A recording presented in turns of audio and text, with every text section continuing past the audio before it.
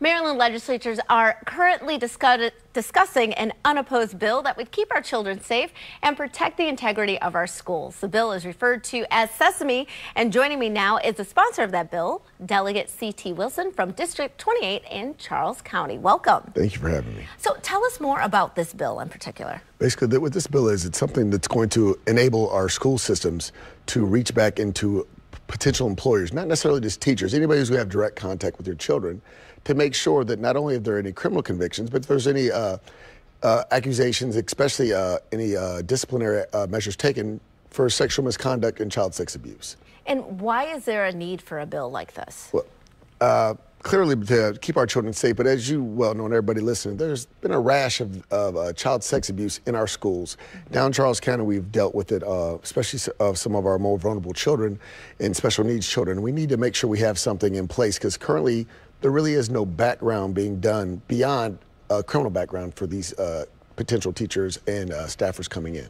So the bill, how it works, or if it's enacted, would sort of take this an extra step then? Not only would it require any potential applicant or any applicant from signing a disclosure agreement or disclosure statement saying that yes or no, that they have been disciplined for any sexual misconduct, but it would allow the employers and require the schools to go back to all of their former employers, not just one, to make sure, get those records, any records of sexual misconduct or child sex abuse, they would now ascertain those records before they hired this individual. And have there been bills like this in other states that have passed? Yes, 7 other states have it, including Pennsylvania and New Jersey. We just need to catch up because, unfortunately, we don't want to be the receptacle for individuals. I call it pass the trash bill because a lot of times when you have a troubled teacher, the best thing to do is get them a new job and get them out of there.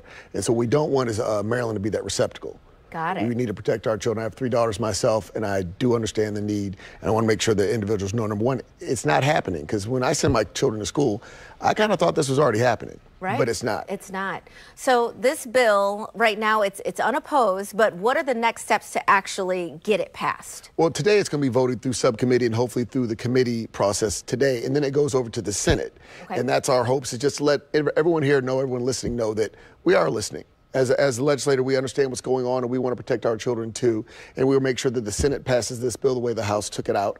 And we'll get a great bill for not only our state, but all the children in our state. Well, appreciate you being here and letting us know about it. And we'll be right back with more Midday Maryland right after this. Stay tuned.